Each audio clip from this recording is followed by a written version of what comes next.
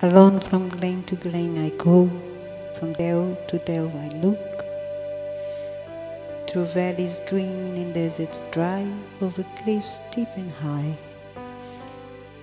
Searing thirst dries my soul, like a fever in my very core. So I go from glen to glen, and from dell to dell I go.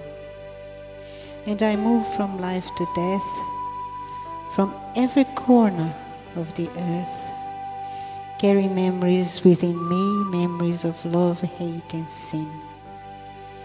And they come to taunt me in my cosmic inner being. So I go from glen to glen, and from dell to dell I go. The deep I must travel, as my car tells me so.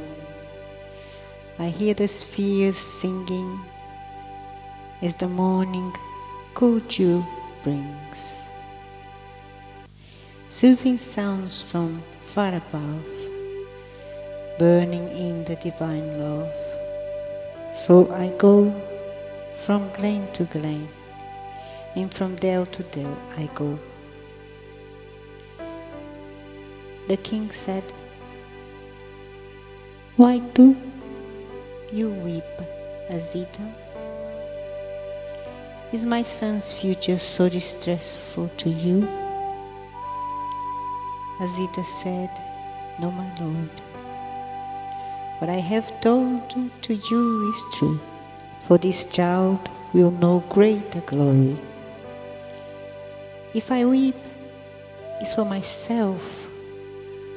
My life draws to a close, and he is born. He will bring heaven's mirth. He is the one who will destroy the evil of rebirth. He will surrender sovereign power. He will master his passions. He will understand truth, and error will disappear. In the world before the light of his knowledge, even as night flees before the speed of the sun. From the sea of evil, from the stinging spray of sickness, from the surge and swell of old age, from the angry waves of death, from these will he rescue the suffering world, and together they will sail away in the great ship of knowledge. He will know there it takes its rise, that swift, wonderful, beneficent river, the river of duty. He will review its course, and those who are tortured by thirst will come and drink of its waters. To those tormented by sorrow, to those enslaved by senses, to those wandering in the forest of existences, like travelers who have lost their way, he will point out the road to salvation. To those burning with the fire of passion, he will be the cloud that brings refreshing rain.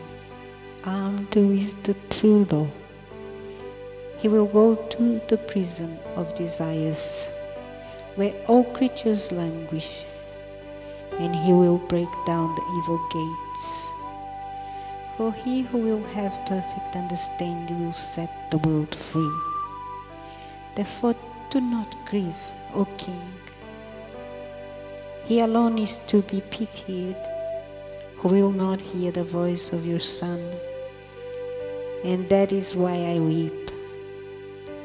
I who, in spite of my austerities, in spite of my meditations, will never know his message and his law.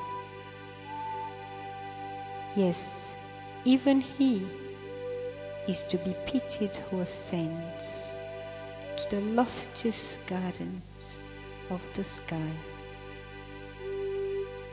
And so am I.